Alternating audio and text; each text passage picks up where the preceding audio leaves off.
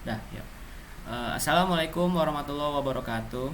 Perkenalkan, kami dari kelompok 5 ingin mempresentasikan tentang pembentukan Tentara Nasional Indonesia.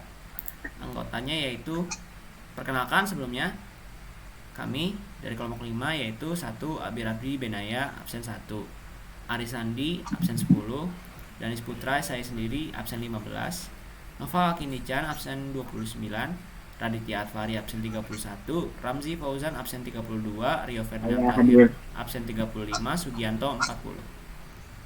Lanjut. Pertama, di sini kita ada timeline untuk menjelaskan secara singkat yaitu tentang pembentukan TNI dari awal kemerdekaan hingga kini. Pertama yaitu periode pembentukan tahun 1945 hingga 1947, periode penataan organisasi 1947 hingga 1948, periode aftermath 1948 hingga seterusnya. Kemudian yang pertama, pasca kemerdekaan. Indonesia lahir tanpa adanya kesatuan tentara. Maka dari itu Indonesia membentuk tentara nasional yang pertama bernama Badan Keamanan Rakyat pada tanggal 22 Agustus 1945. 5 hari pasca kemerdekaan. BKR berubah namanya menjadi Tentara Keamanan Rakyat (TKR) pada tanggal 5 Oktober 1945, di mana tanggal ini dinyatakan sebagai hari lahir Tentara Nasional Indonesia. Pada tanggal 7 Januari 1946, TKR berubah nama menjadi Tentara Rakyat Indonesia atau TRI dengan alasan untuk memperbaiki susunan yang sesuai dengan dasar militer internasional. Selanjutnya ada perkembangan serta penggabungan kekuatan. Dalam perkembangan selanjutnya, usaha pemerintah untuk menyempurnakan tentara kebangsaan terus berjalan. Seraya bertempur dan berjuang untuk tegaknya kedaulatan dan kemerdekaan bangsa.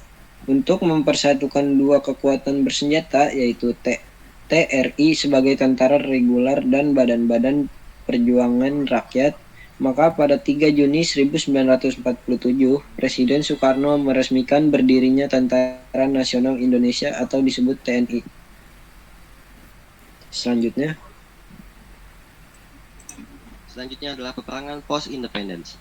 Pada saat-saat kritis selama perang mempertahankan kemerdekaan, yaitu pada tahun 1945 sampai 1949, TNI berhasil mewujudkan dirinya sebagai tentara rakyat, tentara revolusi, dan tentara nasional.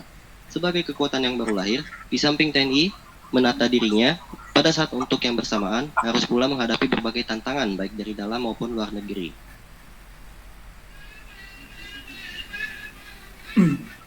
Agresi militer Belanda.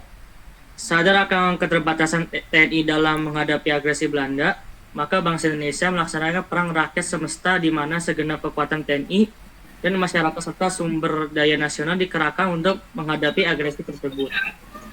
Dengan demikian, integritas dan eksistensi Negara Kesatuan Republik Indonesia telah dapat dipertahankan oleh kekuatan TNI bersama rakyat.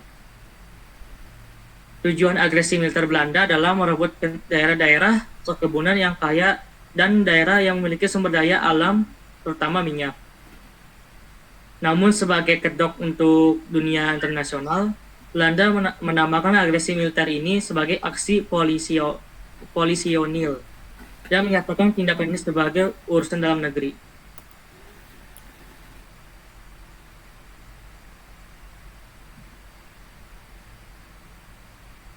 Ramzi.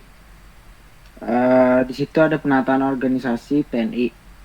Tanggal 2 tahun 2 Januari tahun 1948, Presiden Soekarno itu mengeluarkan Kepres nomor 1 1948 yang memecah pucuk pimpinan TNI menjadi angkatan perang dan markas besar pertempuran. Hal ini menimbulkan reaksi di kalangan angkatan perang.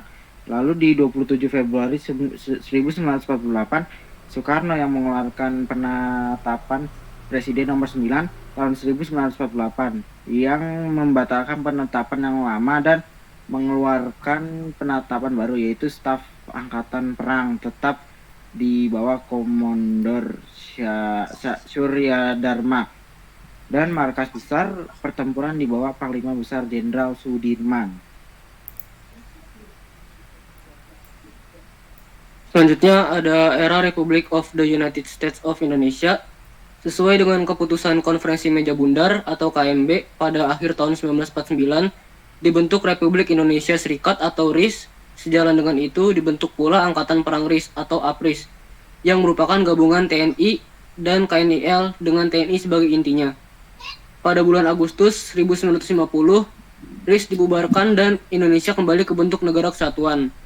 APRIS pun berganti nama menjadi Angkatan Perang RI atau APRI. Sekian dari kelompok 5, kurang lebihnya mohon maaf apabila ada kesalahan. Terima kasih. Wassalamualaikum warahmatullahi wabarakatuh. Warahmatullahi wabarakatuh.